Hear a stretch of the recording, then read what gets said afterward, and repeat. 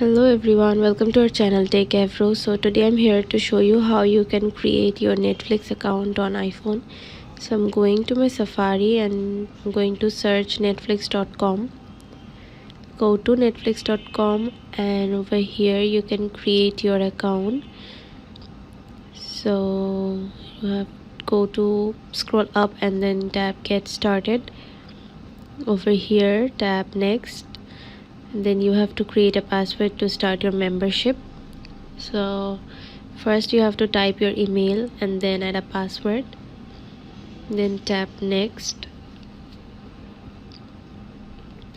Now choose your plan. You have to choose a device you can use to watch, and then over here you have to choose how you wanna pay and then tap start memberships. So yeah, this is how you can create Netflix account from iPhone. Thanks for watching. Hope this video helps you. Don't forget to subscribe to our channel and don't forget to hit the bell icon button. See you in the next video.